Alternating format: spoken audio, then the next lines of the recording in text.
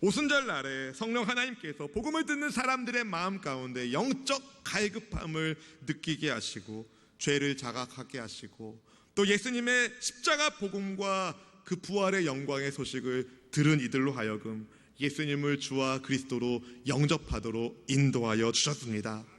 성령 충만하게 베드로가 말씀을 증거했을 때에 듣는 사람들의 마음 가운데 하나님이 주시는 찔림이 있었고 우리가 어떻게 살아야 합니까? 라고 묻는 이들에게 베드로는 죄를 회개하고 예수님의 이름으로 침례를 받으라고, 그러면 성령의 선물을 받는다는 복음을 전했습니다.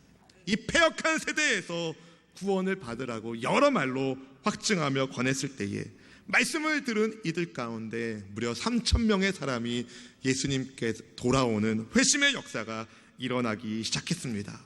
그렇게 초대교회는 부흥과 함께 교회의 역사를 쓰기 시작했어요.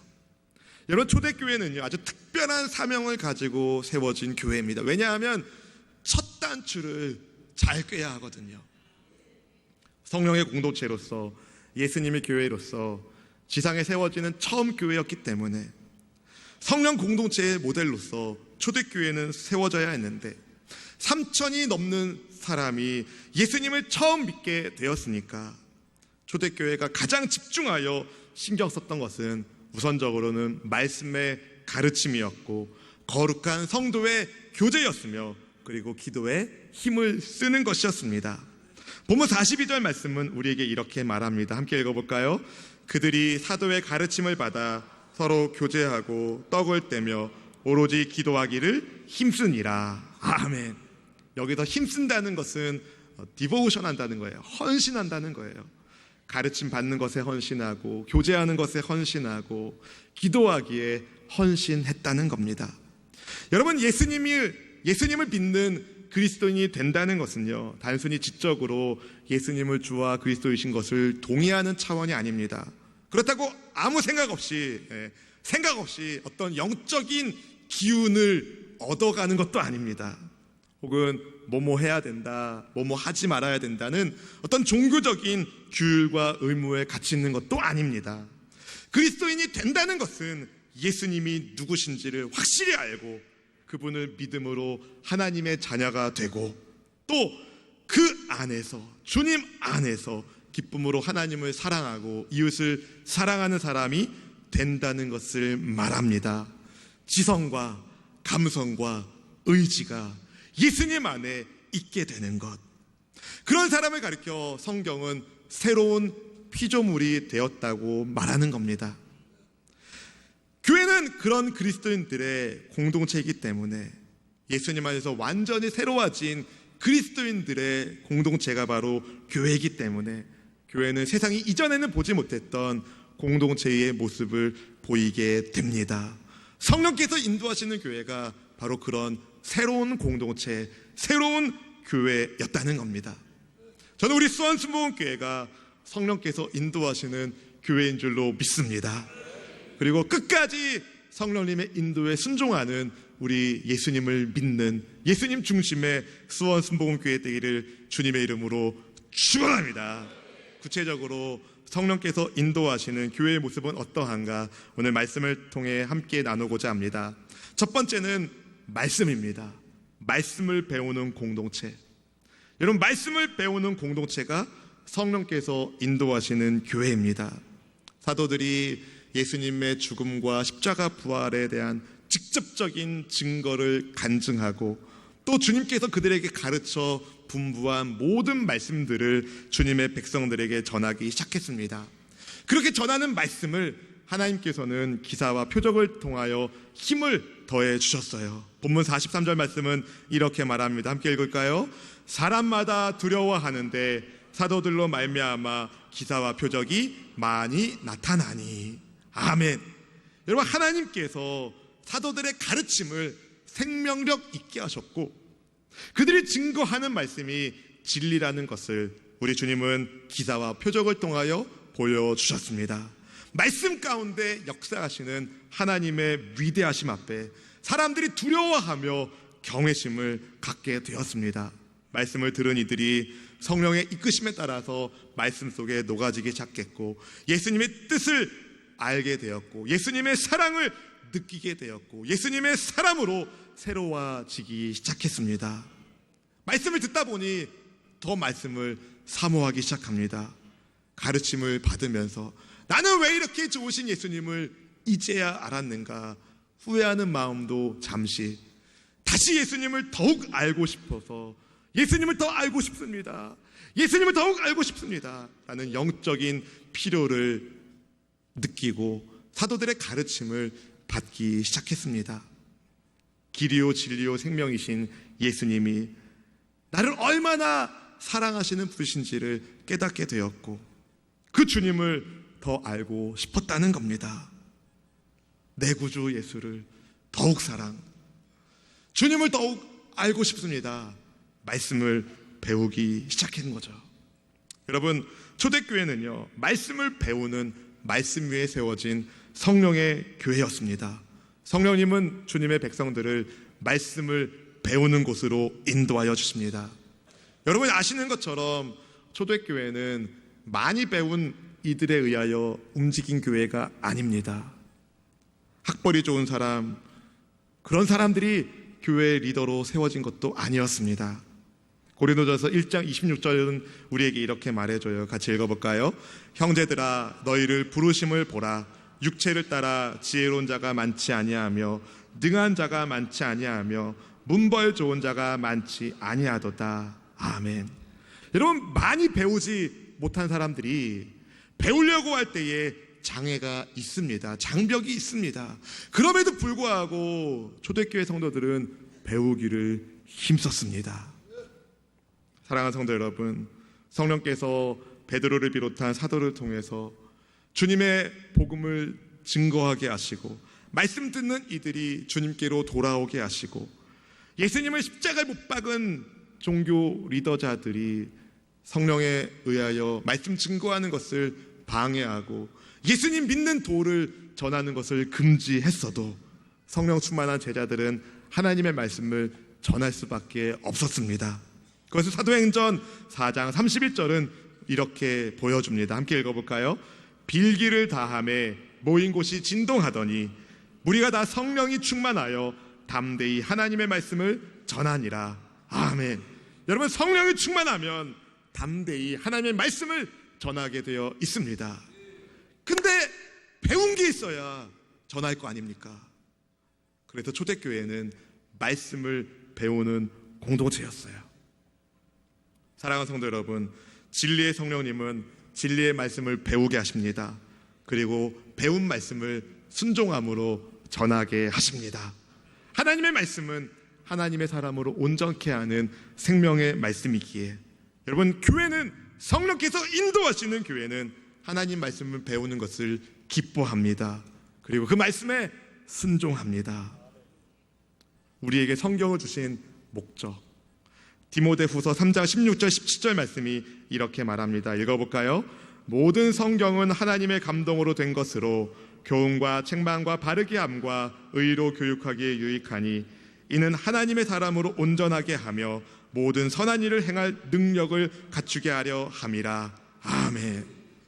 목사님, 저는 능력이 없어요. 말씀을 배우십시오.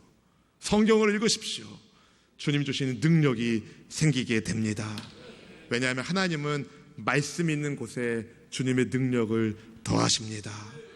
능력이 없다고 낙심하지 마시고 말씀을 배우십시오. 말씀의 배움 없이 성령님의 인도하심을 기대할 수 없어요. 사랑하는 성도 여러분, 하나님의 말씀인 성경을 읽고 묵상하고 암송하시길 축복합니다.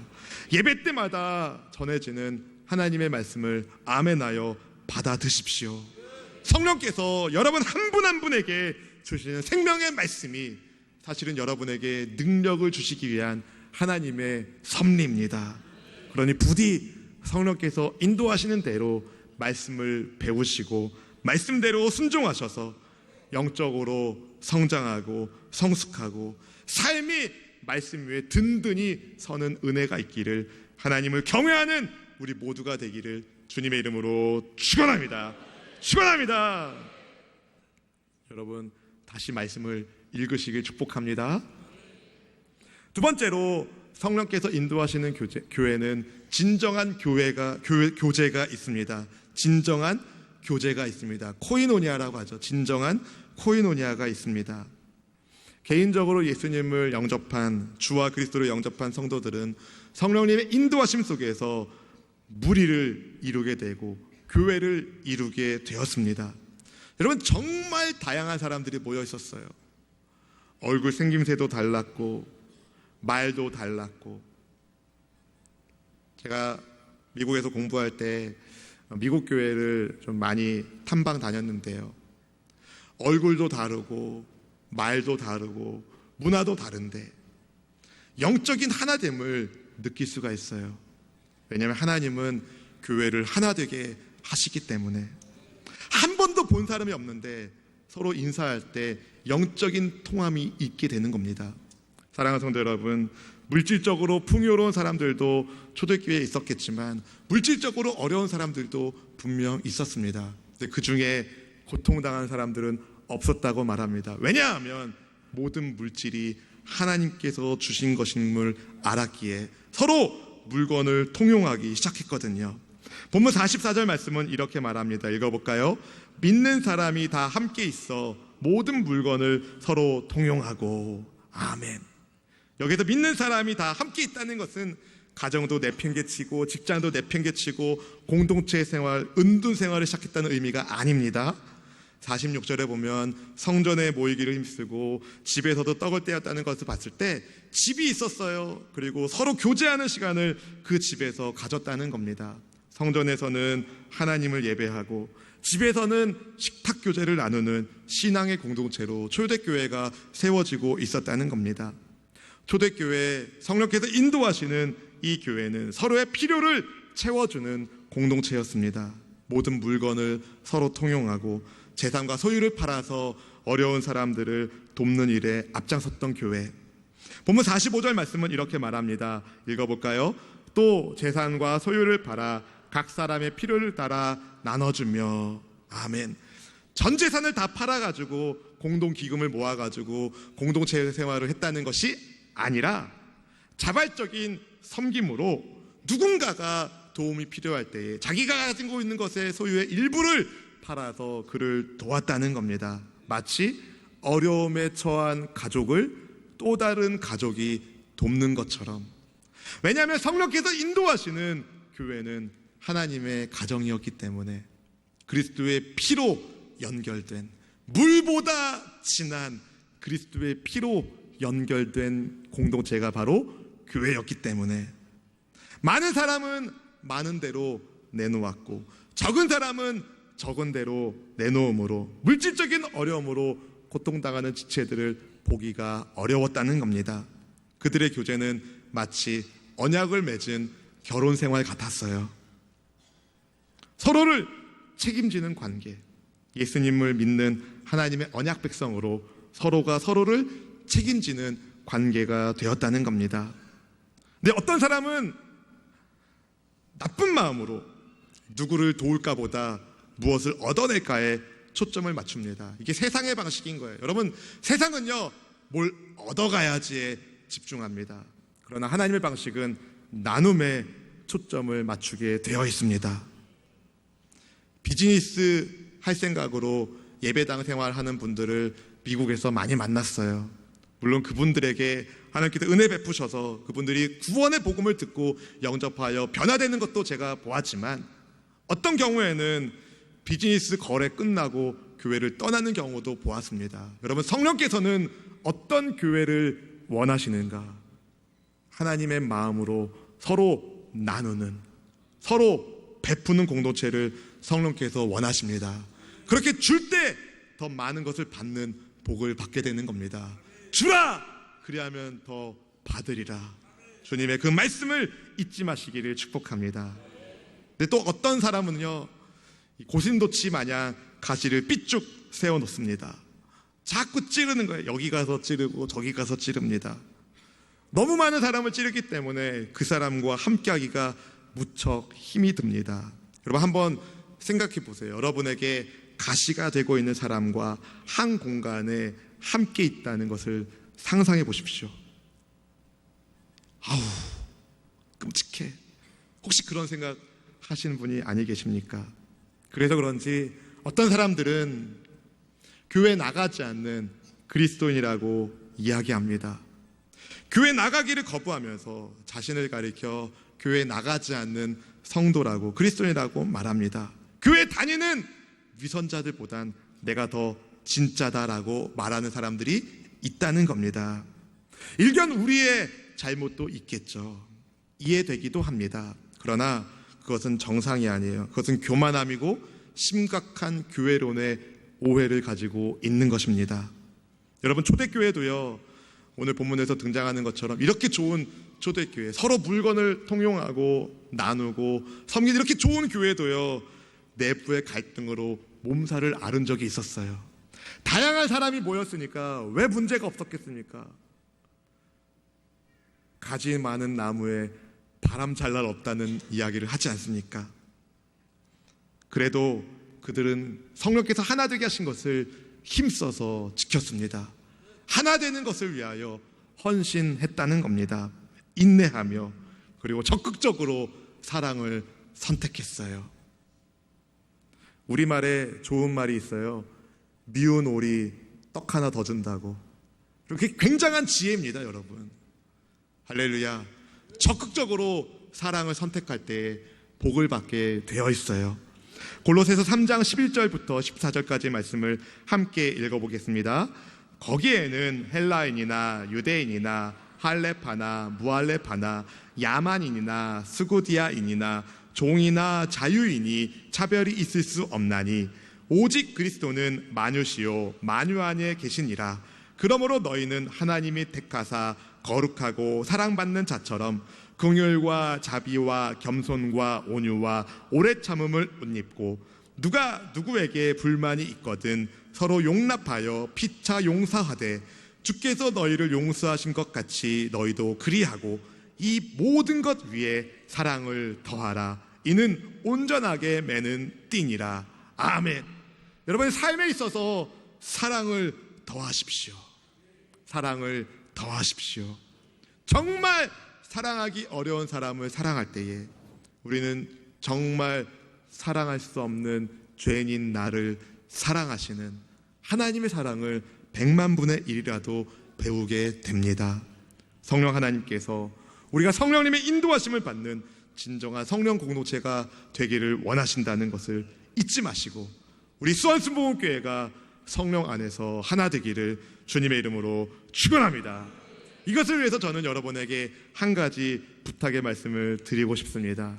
여러분, 믿음의 가족들과 함께 식사를 하십시오. 밥을 드세요. 멋진 레스토랑에서 멋진 음식을 드시라는 게 아니라 믿음의 가족들과 함께 떡볶이라도 한 그릇 드십시오. 할렐루야! 요즘 시대를 혼밥 시대라고 말합니다. 혼자 밥 먹는 시대. 근데 공동체는요, 함께 식사를 해야 합니다. 식탁 공동체 속에서 대화와 삶의 나눔이 이루어지고 친밀감을 형성하게 됩니다. 예수님께서 어떤 사람과 함께 식탁을 함께 하셨는지 성경 마가복음 2장 16절은 이렇게 이야기합니다. 함께 읽어볼까요?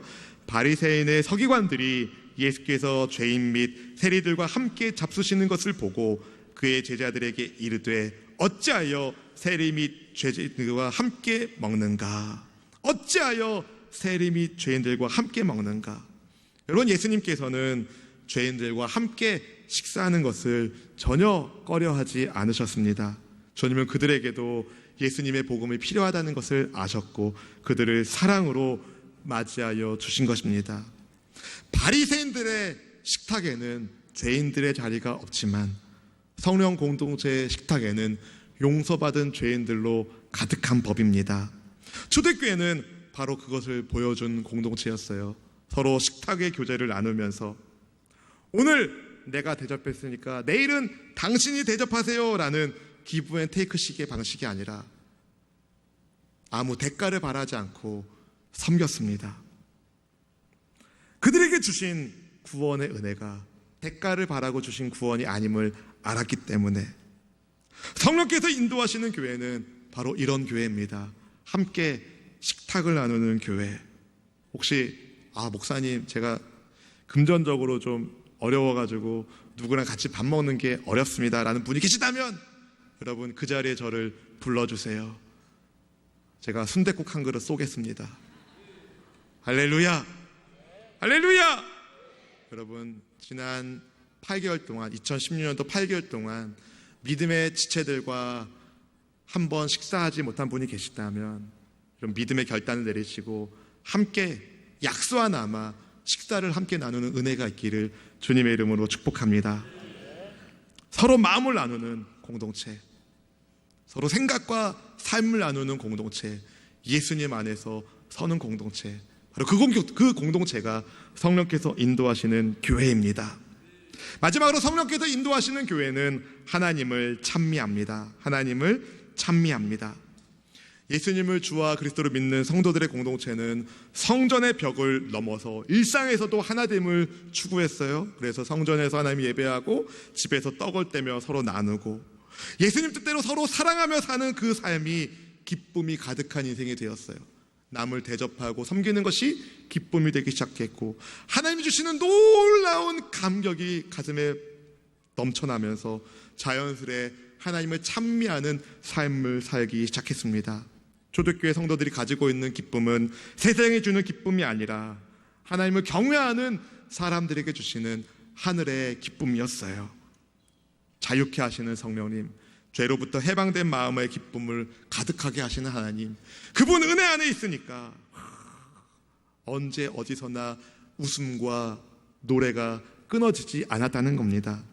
예배당 안에서만 예배당에 오시면서 투각투각 좀 싸우시고서 성대 들어올 때 표정 관리해 하고 들어온 모습이 아니라 가정에서도 웃음이 가득했고 교회 예배당에 오면서도 웃음이 가득했고 예배 드릴 때에도 웃음이 가득했고 드리고 집으로 돌아가는 길도 웃음이 가득했습니다. 행복한 표정으로 살고 있는 성도의 모습을 보면서 주변 사람들이 묻습니다. 무슨 일이에요? 뭐가 그렇게 좋아요? 왜 이렇게 행복해요? 그때 주님의 백성들은 예수님 때문에 행복해요 라고 당당하게 말하며 하나님을 찬미했다는 겁니다. 여러분 성령께서 인도하시는 교회는 바로 이런 교회입니다. 세상과는 전혀 다른 구별된 하나님의 공동체. 이 공동체를 보는 사람들이 한편으로는 너무 부럽고 한편으로는 너무 위대해 보여서 경외심을 갖고 성도들의 변화된 삶이 세상 사람들에게 보여지니까 온 백성에게 칭송을 받으면서 그 가운데 주께서 구원받는 성도의 숫자를 점점 늘어나게 하셨습니다. 본문 47절 말씀 우리 같이 한번 읽어보겠습니다. 하나님을 찬미하며 또 온 백성에게 칭송을 받으니 주께서 구원받는 사람을 날마다 더하게 하시니라. 아멘. 여러분 예수님 믿는다는 것은 행복한 겁니다. 행복한 겁니다. 가끔 그런 말을 들을 때가 있어요. 목사님 우리 애가 어렸을 때는 교회도 잘 나왔는데 장성해서 요즘 신앙생활을 안 해서 걱정이에요. 제가 왜 그런가 곰곰이 보니까 어렸을 때는 부모의 권위에 의하여 엄마 아빠가 교회 가자 하니까 예배당 나왔는데